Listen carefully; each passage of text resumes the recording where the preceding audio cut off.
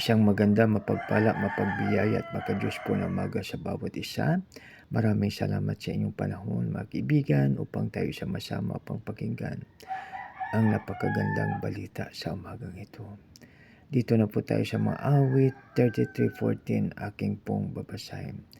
Nagmamasid siya at namamahala sa lahat ng tao sa balat ng lupa. Purihin nawa ang Diyos sa pagbasa ng kanyang salita, tayo manalangin.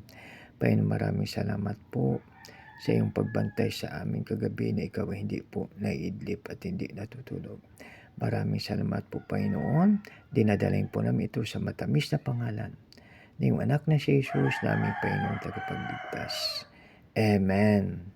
Mga kaibigan, ang ating Panginoon ay nagmamasid sa atin mula sa langit. Kaya lalahanin po natin kung tayo may ginagawa o kung ano man ang ating gagawin. Dapat alalahanin natin, mga kaibigan, napakaganda ng Panginoon ay siyang nagmamasid sa atin.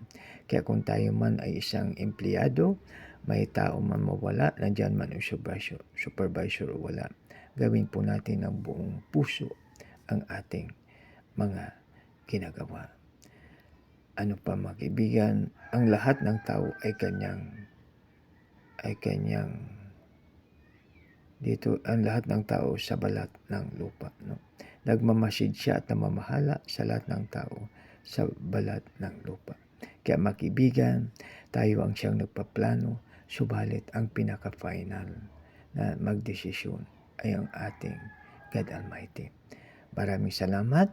Tayo na po ay manalangin. Panginoon, maraming salamat po sa iyong salita. Salamat, O Lord, na ikaw ay minabasdan mo kaming lahat. Tulungan mo kami, O Lord, at gabayin mo kami na anuman ang siyang kalooban, O Lord, ay aming tatanggapin ang buong puso at buong katapatan. Panginoon, maraming salamat po. Sa iyo lamang ang purihang kalwatian. Sa pangalan ni Jesus, namin Panginoon tagapagligtas. Amen and Amen.